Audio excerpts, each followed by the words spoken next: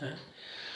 Agora, outro tema também extremamente espinhoso e que aqui Monsenhor Vigano deixou a coisa muito, muito clara, foi a respeito dessa dissonância entre a verdadeira Igreja Católica, que é aquela que nós defendemos, e essa falsa igreja, que nós chamamos de igreja moderna, e que ele chamou de neo-igreja, ou também chamada igreja pós-conciliar, né?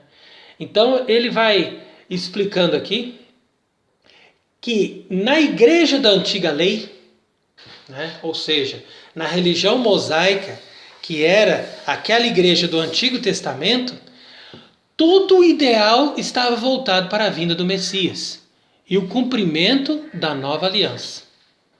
Então, quando Cristo fez o sacrifício no Calvário, do seu lado aberto, olha que teologia bem explicada, bem bonita, né? Do seu lado aberto, nasce a nova Eva, ou seja, a igreja da nova e eterna aliança, que substitui a sinagoga. Então isso aqui é extremamente delicado, porque hoje eles não querem admitir de jeito nenhum que a sinagoga foi substituída, que a sinagoga passou a ser completamente anulada a partir do momento que Cristo morreu na cruz. E eles dizem que não, a sinagoga é válida, né? E os judeus praticam o verdadeiro judaísmo. Isso é falso, né? Então veja ali, ó. Aí ele continua. Parece que também a igreja pós-conciliar, modernista e maçônica ambiciona a transformar e superar a igreja de Cristo, substituindo-a por uma neo-igreja, criatura deformada e monstruosa que não vem de Deus. Então, realmente é uma palavra muito forte, né? Dificilmente você vê um bispo falando assim, né? Tá certo que alguém pode dizer, mas ele já está aposentado, ele não tem mais nada a perder, por isso que ele está denunciando tão claramente. Tudo bem, mas a denúncia evidente desse bispo pode dar coragem a outros elementos da igreja, padres ou quem sabe até mesmo bispos, de denunciar também e não ter medo das represálias. Porque se os mártires não tinham medo nem da morte, por que nós vamos ter medo de perder um cargo, de perder um salário, de ser mal falado, de ser criticado, de ser caluniado? Vamos defender Cristo, né? Então esse é o tema aí da exortação também do bispo Vigano, que eu considero hoje para nós uma pessoa que está, um prelado, né, uma dignidade da igreja, que está acordando para o problema. Não é um homem que há 30 anos atrás pensava assim.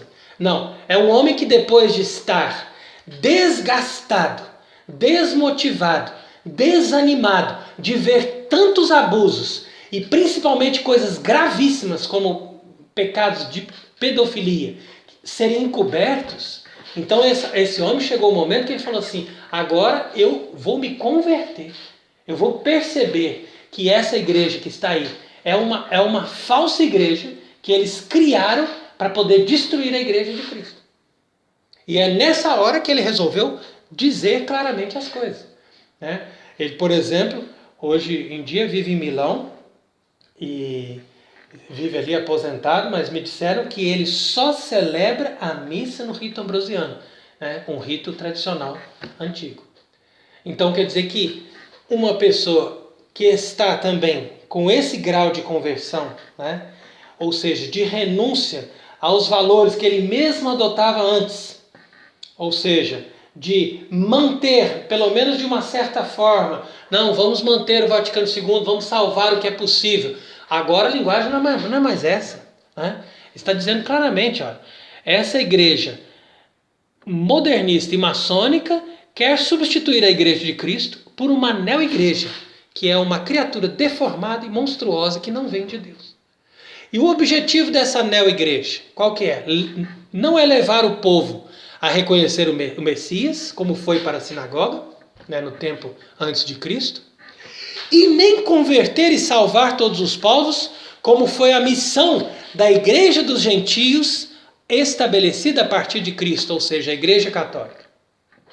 Mas essa neo-igreja constitui-se como um braço espiritual da nova ordem mundial. Né?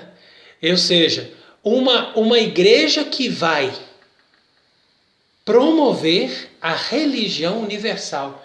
E essa religião universal ela é necessária para a nova ordem mundial. Qual que é a religião universal da nova ordem mundial? É uma religião sem rosto. É uma religião sem dogmas.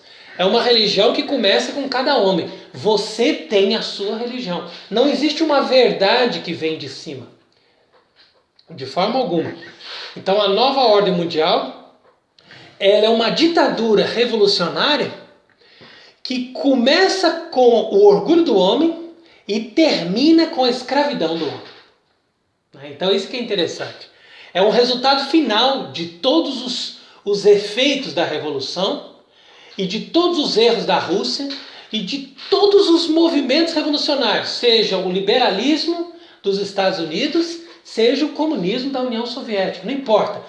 Toda essa lógica revolucionária, ela se trama entre si e por mais que sejam contraditórios os seus discursos ou as suas ideologias, elas vão se dar as mãos para formar um só organismo em favor do homem e que no fim das contas vai escravizar o homem. Como nós estamos vendo aí com essa loucura toda desse escandaloso coronavírus, que não é senão um dos primeiros efeitos mais violentos, né, da imposição ditatorial do governo mundial que está para ser implantado. Então aqui um parênteses que nós estamos fazendo aqui a respeito dessa consideração que fez aqui Monsenhor Vigano. Então ele continua. Nesse sentido, a Revolução Conciliar teve que primeiro demolir o legado da igreja, está vendo? Primeiro estágio, demolir o legado da igreja. E a sua tradição milenar, na qual ela extraía a sua própria vitalidade e autoridade como corpo místico de Cristo. Então ali veja que ponto fundamental, só isso aqui já daria uma conferência imensa. Né? Ele mostra aqui, olha, que a tradição milenar da igreja dava vitalidade ao corpo. E que essa vitalidade dava também autoridade para as autoridades da igreja. Né? Então por que hoje em dia a igreja está partida em várias facções, cada um tem o seu grupo, um para cada lado, cada um tem a sua autoridade? Porque o Papa perdeu a autoridade. Então nós temos que buscar outras autoridades e cada um briga entre si, ou seja, vira um reino dividido que não pode subsistir, como diz a palavra do Evangelho. Então ele continua, para depois se livrar dos expoentes da antiga hierarquia, olha que interessante isso, né? Que foram acabando, foram morrendo, né? Os bispos e tal, foram se livrando deles, e só recentemente começou a propor-se sem pretensão para aquilo que pretende ser. Então ele percebeu muito bem a coisa, né? Que houve vários estágios nessa revolução do Concílio Vaticano II. Então foi justo agora, né? Depois da renúncia do Papa Bento XVI, que a Igreja do Vaticano II resolveu se manifestar abertamente. Por quê? Porque os bispos que nos perseguiam, que iam fazer oposição, já morreram, né? As gerações já estão acabando, as pessoas já esqueceram aquela tradição. Os jovens hoje em dia que compõem essa geração moderna não sabem nem sequer escrever uma redação, então são incapazes de fazer qualquer consideração que possa fazer oposição a nós. Então nós estamos com um caminho aberto, né? Agora vamos concretizar o nosso plano. E aí eles dizem, ó, agora a concretização do plano da maçonaria e a preparação do advento do anticristo. Veja como ele diz claramente tudo isso que está acontecendo. Concretização do plano da maçonaria, né? E preparação do advento do anticristo. Dizendo, inclusive, que são os planos que as sociedades secretas, há mais de 2 séculos, já deixaram pronto num papel. Ó, tem que tomar o poder, infiltrar na hierarquia da igreja e tudo mais. Tudo isso está concretizado. E ele diz, ó, também estou convencido de que a maioria dos meus irmãos, e mais ainda a quase totalidade dos sacerdotes e fiéis, não estão absolutamente cientes desse plano infernal. E que os acontecimentos recentes tenho aberto os olhos a muitos, né? Principalmente, claro, o Sínodo da Amazônia, né? Que foi um escândalo completo, né? Na história da igreja, único.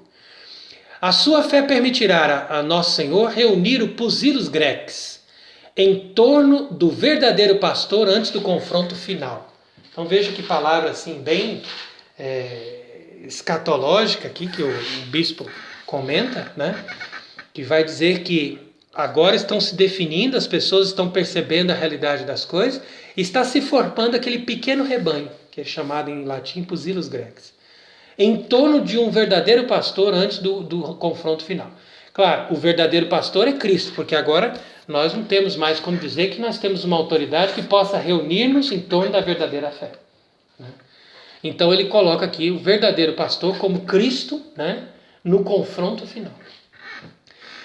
Agora, comentário sobre o Vaticano II.